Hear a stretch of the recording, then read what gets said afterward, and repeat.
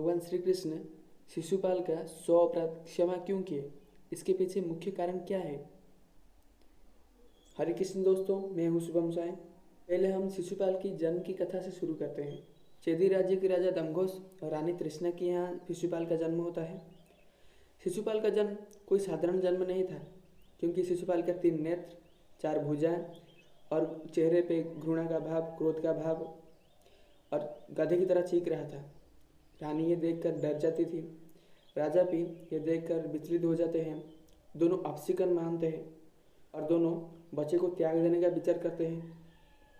लेकिन आकस्मिक आकाशवाणी होती है कि ये बच्चा असाधारण वीर होगा और इसकी मृत्यु उसके हाथ होगी, जिसकी गोद में जाते ही इसका अतिरिक्त अंगमान साधारण हो जाएगा।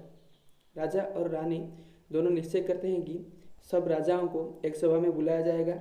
भव्य सभामान सजाई गई। एक एक राजा की गोदी में बच्चे को दिया गया, लेकिन कुछ भी परिवर्तन दिखाई नहीं दिया।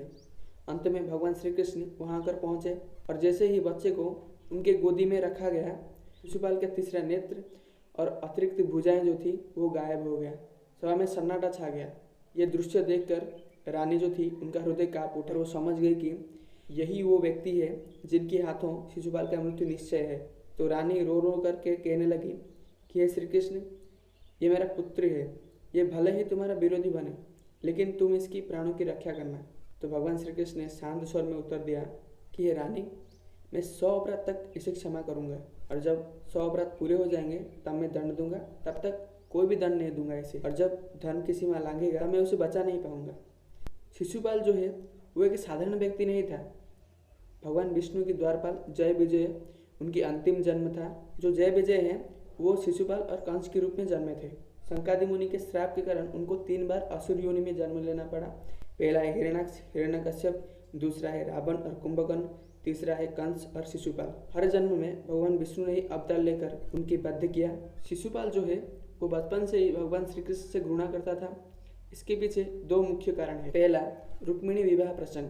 जो शिशुपाल था वो रुक्मिणी जी से विवाह करना चाहता था। रुक्मिणी का भाई रुक्मन ने ही इनका समर्थन किया, पर रुक्मिणी जी ने भगवान श्री कृष्ण को अपना वर चुना था। विवाह से पहले उनका जो है हरण करके ले गए थे भगवान श्री कृष्ण। ये बात शिशुपाल का अहंकार पर गहरी चोट थी। ये पहला प्रसंग। दूसरा प्रसंग क्या है? दूसरा कारण है जरासंध का साथ। कंस की मृत्यु के बाद जरासंध ने श्री कृष्ण से शत्रुता ठान लिया था। शिशुपाल जरासंध का घनिष्ठ मित्र था। हर प्रयास में उसका साथ देता चला गया, क्योंकि वो जानता था श्री कृष्ण 100 अपराध क्षमा करेंगे। इस भरोसे पर बार बार अपराध करता गया। महाभारत युद्ध से पहले महाराज युधिष्ठिर ने राजस्व यज्ञ का तैयार किया और सभा में तय हुआ कि अग्रपूजा किसे दिया जाए। तय किया जा रहा था, तब सहदेव ने प्रस्ताव रखा कि भगवान श्री कृष्ण अग्रपूजा का योग्य है। पितामह भीष्म और पूरी सभा ने इस प्रस्ताव को समर्थन किए। और इस समय शिशुपाल गुस्से में कहने लगा, क्या इस सभा की बुद्धि नष्ट हो गई है? ये जो ग्वाल है ये अग्रपूजा का अधिकारी कैसे हो सकता है? क्या उससे अधिक योग्य यहाँ कोई नहीं? और सभा में तनाव फैल गया। भगवान श्री कृष्ण ने सभा को शांत किया और कहा, मैं अब तक तुम्हारा अपराध सहता आया, अभी भी समय है, सुधर जाओ। तो शिशुपाल रुका नहीं, शब्द कहता गया, गंदे बातें करता गया।